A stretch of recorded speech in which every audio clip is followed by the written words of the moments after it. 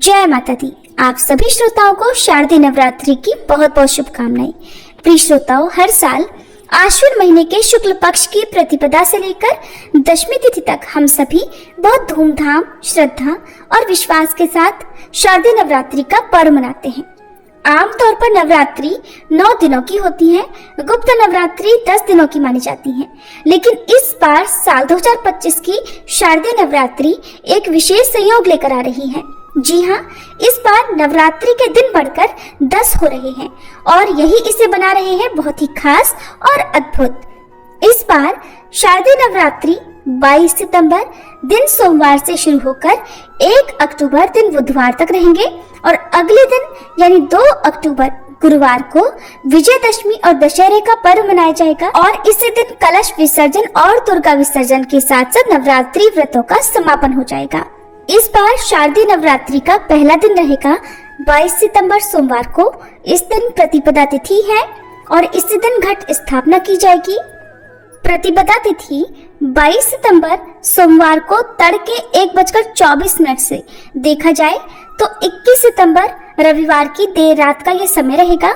1:24 से शुरू होकर प्रतिपदा तिथि 23 सितंबर मंगलवार को सुबह 2:55 पर समाप्त होगी और कलश स्थापना 22 सितंबर सोमवार को सुबह 6:09 से 8:06 के बीच में की जाएगी और इसके अलावा दूसरा अभिजीत मुहूर्त सुबह 11:49 से दोपहर 12:38 तक रहेगा। नवरात्रि व्रतों का शुभारंभ होता है माँ शैलपुत्री की पूजा से और माँ सिद्धिदात्री की पूजा के साथ ही नवरात्रि व्रत समाप्त हो जाते हैं। क्योंकि इस बार सोमवार से नवरात्रि शुरू हो रही है तो माता रानी इस बार हाथी पर सवार होकर आ रही हैं और हाथी पर सवार होकर आगमन का अर्थ होता है सुख, समृद्धि और अच्छी वर्षा का भरपूर आशीर्वाद। और इस बार शारदीय नवरात्रि का क्रम इस प्रकार रहेगा। 22 सितंबर को माँ शैलपुत्री, 23 सितंबर को माँ ब्रह्मचारिणी, 24 सितंबर को माँ चंद्रघंटा, 25 सितंबर को तृतीया तिथि बढ़ी हुई है यानी तृतीया तिथि की वृद्धि हो रही है, इसलिए इस दिन नवरात्रि का तीसरा दिन ही माना जाएगा। 26 सितंबर को माँ कूष्मांडा, 27 सितंबर को माँ स्कंद माता, 28 सितंबर को माँ कात्यायनी, 29 सितंबर को माँ कालरात्रि, 30 सितंबर को माँ महागौरी और 1 अक्टूबर को माँ सिद्धिदात्री की पूजा होगी। ध्यान रखिएगा, इस बार तृतीया तिथि 2 दिन पड़ रही है, 24 और 25 सितंबर को। इसी वजह से चतुर्थी की पूजा 26 सितंबर को होगी और इस बार अष्टमी तिथि जिसे महाअष्टमी कहते हैं 30 सितंबर मंगलवार को, महानवमी 1 अक्टूबर बुधवार को और दशमी तिथि 2 अक्टूबर गुरुवार को रहेगी।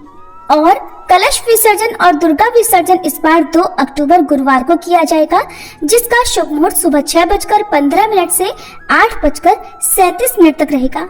हालांकि बहुत से लोग अष्टमी और नवमी तिथि में भी शाम को पूजा करने के बाद दुर्गा विसर्जन कर देते हैं। वैसे तो भक्त नवरात्रि के पूरे 9 दिन तक ही उपवास करते हैं, लेकिन कुछ भक्त पहला और आखिरी नवरात्रि व्रत करते हैं। ऐसे में जिनके घर में अष्टमी के दिन कन्या पूजन होता हो, उन्हें सप्तमी तिथि को उपवास रखकर फिर अष्टमी तिथि को कन्या पूजन करना चाहिए। और ऐसे में इस बार सप्तमी तिथि 29 सितंबर को रहेगी।